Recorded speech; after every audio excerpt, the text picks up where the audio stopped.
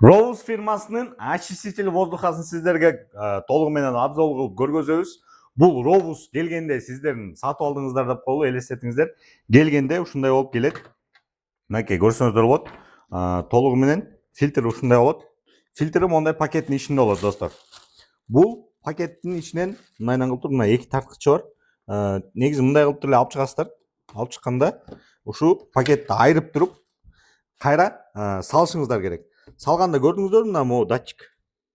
Но датчикти басып калыш керек өзү барып. Мындайдан барып туруп, кирип барып туруп, датчикти басып калат. Эгерде датчиги туура эмес болуп кала турган болсо, мынакей, ушинтип еп деп күйө берет. Анан кийин крышкасы тоже туура эмес установлен болсо, ушинтип еп деп күйө берет.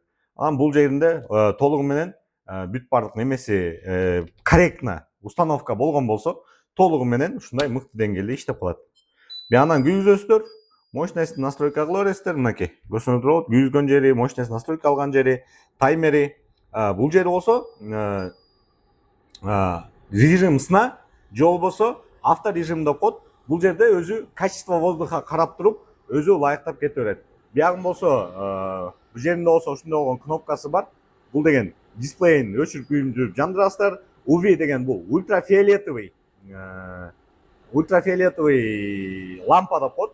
Бул деген жанагындай бактерияларды, микробторду, грибокторду өлтүрүп берет. Ионизациядагы ошо вирустарды өлтүрүп, иондорду, отрицательный частицаларды чыгарып берет.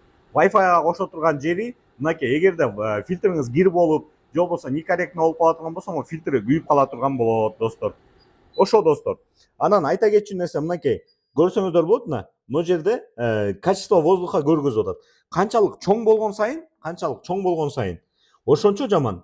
Мына жерде, например, качество воздуханы толугу менен мына жерден көрүп алсаңыздар болот. Бүт описаниясы, кандай иштеш керек, качество воздуха болгондо, например, 115тен өйдө болгондо кызыл болуп күйөт.